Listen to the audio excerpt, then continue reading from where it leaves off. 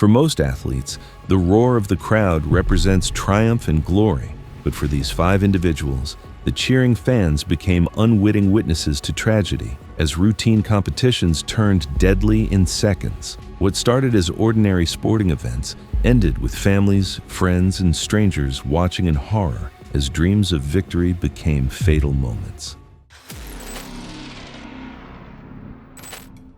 It was February 25, 2017, at a desert rodeo arena outside Tucson, Arizona, as a Saturday night championship drew thousands under bright floodlights, the dirt floor packed hard beneath the warm desert air. Brooks Cannon was 23 years old and ranked 15th on the professional bull riding circuit that season.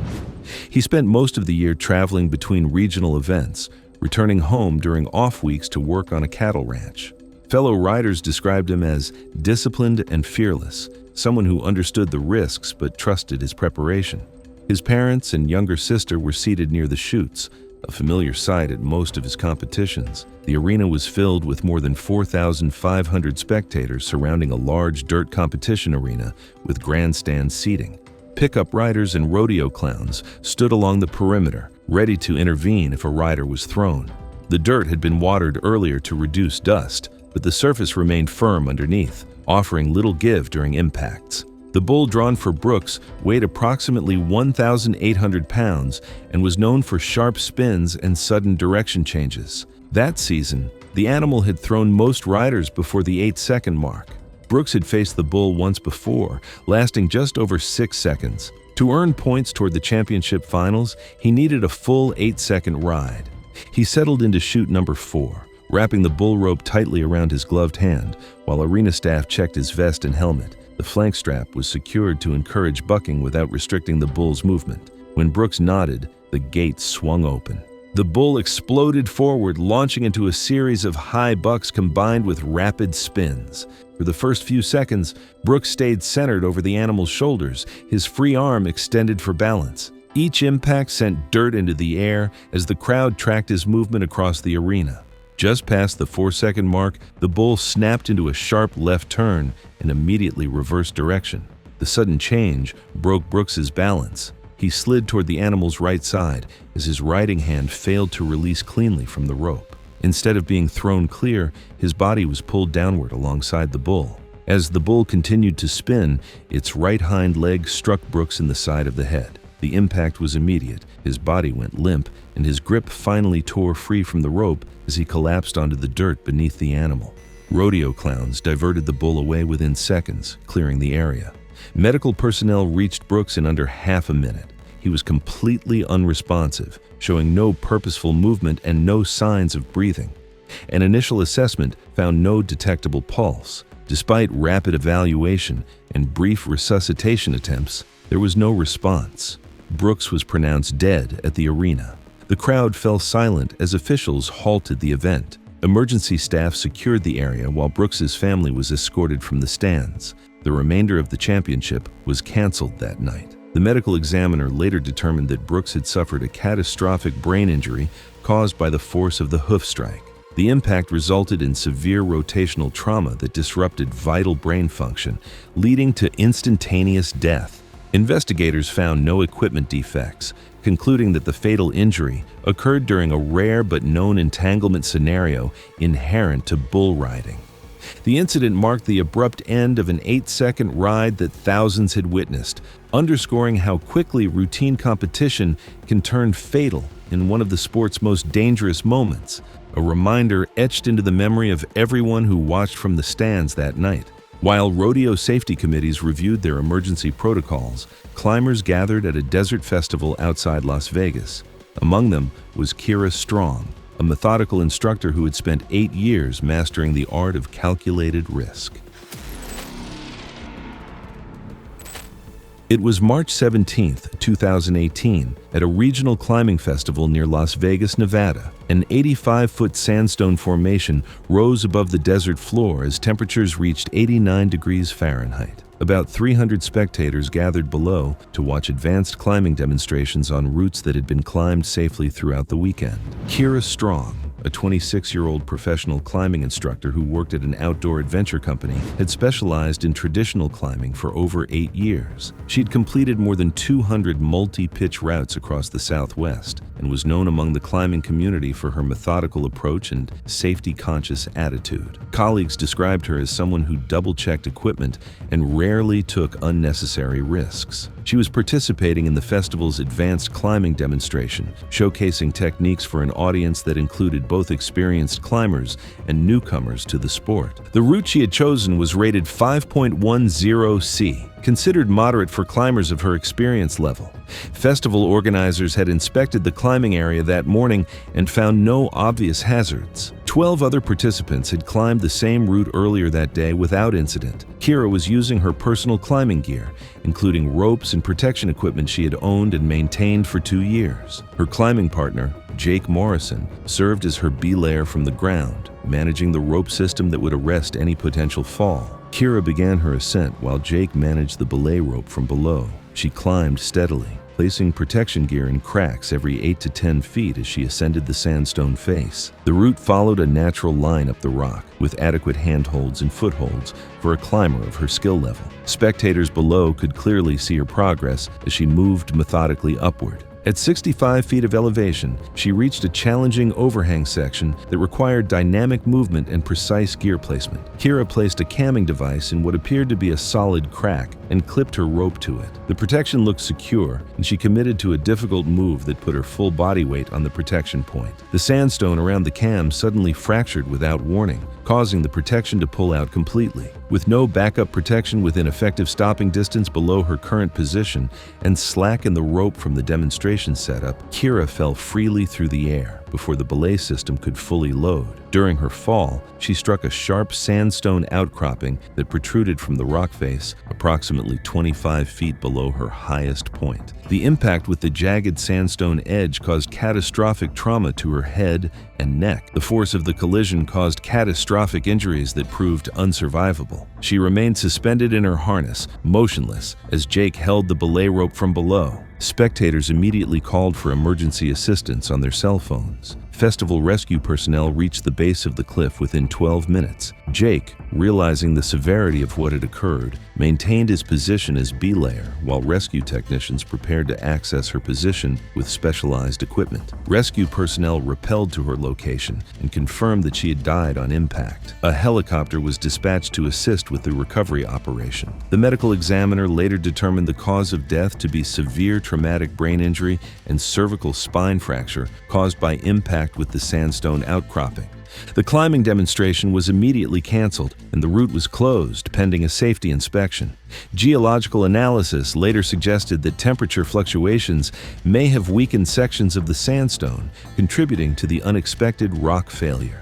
The climbing festival implemented enhanced protection placement training and backup safety systems for all future demonstrations, while investigators concluded that the rock failure was an unforeseeable geological event that turned a routine climb into a fatal accident. Witnesses later described a sudden hush across the crowd, followed by gasps as the reality of the tragedy set in. While climbing claimed one life in Nevada, hundreds of miles south in Arizona, Tess Decker was preparing for what should have been a routine qualifying event. It was July 8, 2016, at the Westfield Aquatic Center in Phoenix, Arizona, during a regional diving invitational. Around 800 spectators filled the indoor arena as competitors rotated through the 1-meter and 3-meter springboards, with college scouts in attendance evaluating potential recruits. Tess Decker, a 19-year-old who worked part-time at a local fitness center teaching swimming lessons, had earned 3rd place in the state diving championships. Known throughout the region for her precise form and consistent performances, she was attempting to qualify for nationals at this invitational. Coaches and teammates described her as methodical and careful, someone who rarely attempted dives beyond her skill level. She had been practicing a new reverse 2.5 somersault tuck dive for only 3 weeks, a routine her coach, Sarah Martinez, had expressed concerns about for this level of competition. The diving order had been changed at the last minute due to a scratch, putting Tess in an unfamiliar position in the rotation. She had completed 3 dives successfully, maintaining the typical steady performance that had made her a reliable competitor. The pool area buzzed with the usual sounds of a diving meet: the splash of water, the bounce of springboards, and the murmur of spectators discussing scores and techniques. Tess approached the 3-meter springboard for her 4th dive of the competition. She took her standard 4-step approach, bouncing twice on the board to test its spring response. Her takeoff appeared normal to observers, achieving good height and proper body position for the reverse entry. The dive required precise timing and body control to complete the rotation safely. During the first somersault, spectators noticed her rotation was slightly faster than in her previous attempts. By the second rotation, she had gained too much angular velocity and was over-rotating beyond the planned sequence. Tess attempted to adjust by opening her tuck position early, but this only increased her spin rate and caused her to drift backward toward the diving board. She completed more rotation than planned, entering the water in a near-vertical head-first position with excessive downward force. Her head and upper spine struck the pool bottom after a near-vertical entry with insufficient depth clearance, causing catastrophic cervical spine injuries. The impact caused severe trauma to her cervical spine and spinal cord, immediately disrupting her ability to move and breathe normally. She remained motionless and unresponsive in the water following the impact. She lost consciousness immediately following the impact and showed no purposeful movement beneath the surface. Her coach dove in immediately, followed by 2 lifeguards who brought her to the surface. Despite their quick response, the neurological damage was already catastrophic, leaving her unable to breathe independently. Competition was halted immediately, and the pool was cleared of all other divers. Emergency medical services arrived within 8 minutes and initiated aggressive life-saving measures, but the internal injuries were already unsurvivable. Tess was transported to the nearest hospital, where she was pronounced dead at 4:52 p.m. The medical examiner determined the cause of death to be complications from a catastrophic cervical spinal cord injury sustained during impact with the pool bottom. The autopsy confirmed severe trauma to the cervical spine, consistent with a high-impact diving accident. The diving competition was canceled for the remainder of the weekend, and pool management installed additional safety padding and revised protocols for future events. Tess's diving club established a scholarship fund in her name for young female divers, marking the end of a competitive career cut short by a routine dive that ended in a fatal injury. We've got more disturbing athlete tragedies coming up, so hit that subscribe button if you want to see how moments meant to inspire fans can turn fatal in front of thousands. It was October 15, 2017, when the city marathon course stretched across San Francisco under seemingly perfect conditions for distance running. The race began at 7 a.m. at 52 degrees, though forecasters predicted a rise to 68 degrees by mid-morning. Humidity reached 78% as morning fog rolled in from the Pacific, creating a marine layer that would burn off later. The 26.2-mile course wound through the city's hills and flats, with medical stations every 2 miles. A field of 15,000 runners had registered, including elite athletes and recreational runners from 23 countries. Zane Miller, a 34-year-old software engineer who worked at a tech company downtown, had completed 12 marathons with a personal best of 3 hours and 18 minutes. Known among his running club for consistent pacing and strong finishes, he was attempting to qualify for a major marathon, which required a sub-3:05 time for his age group. Colleagues described him as methodical and disciplined, someone who followed training plans precisely and rarely deviated from his race strategy. His wife and 2 young children had positioned themselves at mile 20 with homemade signs and energy drinks, part of their usual race day routine. Zane had been experiencing minor chest tightness during recent training runs, but he attributed the discomfort to work stress and the demands of balancing family life with marathon preparation. His GPS watch showed he was running 2 minutes ahead of his target pace at mile 20, putting him on track for his qualifying goal. The course medical stations had reported no unusual incidents during the early stages of the race, and conditions remained favorable for fast times. At mile 23, Zane was running in a pack of 8 runners, maintaining a 7-minute, 10-second pace. He had just passed a medical station and grabbed water from a volunteer when spectators lining the course noticed him suddenly slow his pace and place his hand on his chest. Within 30 seconds, he veered toward the right side of the road, stumbling slightly as his running form deteriorated. His face became pale, and he began sweating profusely despite the moderate temperature. The symptoms escalated rapidly as he clutched his chest and struggled to remain upright, drawing immediate concern from nearby runners and spectators. He collapsed moments later, losing consciousness as his body shut down on the roadway. Zane collapsed onto the asphalt roadway, falling forward onto his knees, then face down. His body twitched briefly before becoming completely still, blocking part of the running lane. Other runners immediately stopped and called for medical assistance while directing traffic around him. A cardiologist who was spectating reached him within 90 seconds and found no pulse or breathing. CPR was initiated immediately while race medical personnel were radioed for emergency response. An automated external defibrillator was brought from the nearest medical station 0.3 miles away, but the device failed to restore a viable rhythm despite multiple analysis cycles. Despite extended resuscitation efforts both on scene and during rapid transport, including advanced cardiac life support protocols, no heartbeat could be restored. Race officials diverted remaining runners to an alternate route around the medical scene while emergency crews continued their efforts. Zane was transported to the nearest medical center, where he was pronounced dead at 11:47 a.m. The autopsy revealed a massive myocardial infarction caused by complete blockage of the left anterior descending artery, a vessel associated with a high fatality rate when occluded. His family later learned he had undiagnosed coronary artery disease despite regular checkups and no obvious risk factors. The marathon continued, but finish line ceremonies were canceled out of respect. Race organizers subsequently added mandatory cardiac screening recommendations for participants over age 30,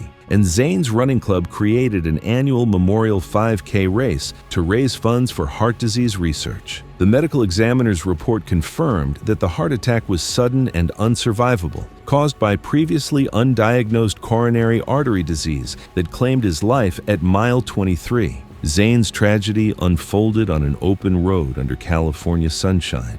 Just 2 years earlier, another athlete would face his final moments in front of a crowd that came to watch a game. It was November 12, 2015, when Portland's Riverside Community Arena hosted a championship semifinal. The 1,200-seat venue, built in 1987, maintained 58 degrees Fahrenheit as rain fell outside. Freshly resurfaced ice awaited the Regional Amateur Hockey League's crucial game, though the aging facility's outdated glass and boards barely met minimum safety standards. Jace Wilder, a 22-year-old who spent his weekdays repairing engines at an automotive shop, had earned a reputation in the Regional Amateur Hockey League for fearless play along the boards. Despite standing only 5 feet 8 inches and weighing 165 pounds, teammates knew him as someone who never backed down from contact. His aggressive style had earned him respect throughout the league, though coaches sometimes worried about his willingness to take hits from much larger players. His parents and girlfriend occupied front row seats, watching him play through a minor shoulder injury from the previous week's quarterfinal game. The crowd was moderately loud, with families and friends creating the typical atmosphere of amateur league hockey. The opposing team's captain, Roman Gale, carried 47 penalty minutes that season and was known throughout the league for delivering heavy hits. Players respected his clean but punishing style of play, and referees rarely called penalties on his checks. With 8 minutes remaining in the third period and the game tied 2-2, the referee called a delayed penalty, creating a loose puck situation near the boards that would draw both players into the same space. The delayed penalty meant play would continue until the penalized team touched the puck, creating an urgent scramble for possession. Jace pursued the loose puck along the right side boards near center ice, his stick extended as he reached for control. Gale approached from behind at near top skating speed, preparing for what appeared to be a legal body check. Spectators in the front rows later reported that Jace seemed unaware of Gale's approach from his blind spot, focused entirely on gaining possession of the puck. The sound of skates cutting ice filled the arena as both players converged on the same point. Gale's shoulder made contact with Jace's upper back, launching him forward at high speed toward the glass panels. The collision sent Jace's head directly into the glass with tremendous force. His helmet absorbed some of the impact, but witnesses described hearing a sharp, hollow impact as his helmet struck the rigid glass surface. The force of the collision caused catastrophic brain trauma, producing immediate loss of consciousness. The glass panel flexed slightly but cracked under the force, absorbing far less impact energy than modern flexible mounting systems designed to reduce head trauma. Jace collapsed on the ice and remained unresponsive. Several seconds later, his body showed abnormal rigid extension consistent with a severe neurological injury. Players from both teams gathered around as the music continued playing for several seconds before the staff realized what had happened. Several players removed their helmets and knelt on the ice, while others waved frantically toward the penalty box for help. Arena medical personnel reached him within 45 seconds, finding an irregular pulse and labored breathing. Paramedics arrived 6 minutes later, but his neurological responses continued to deteriorate during transport. The game was immediately suspended with 7 minutes and 8 seconds remaining, and spectators were asked to remain seated while emergency crews worked. Jace was pronounced dead at the local hospital in the early morning hours after aggressive neurosurgical intervention failed following the collapse witnessed by hundreds inside the arena. The medical examiner later determined that the impact triggered severe brain swelling, which increased intracranial pressure and eventually cut off blood flow to critical areas. Roman Gale was not charged, as officials ruled the hit legal but tragically positioned. The arena installed additional padding before the next season and upgraded concussion protocols. The championship game was postponed 1 week and played at a neutral venue. Jace's jersey number 17 was retired by his team. Thanks for watching. Want to see more? Click on your screen now.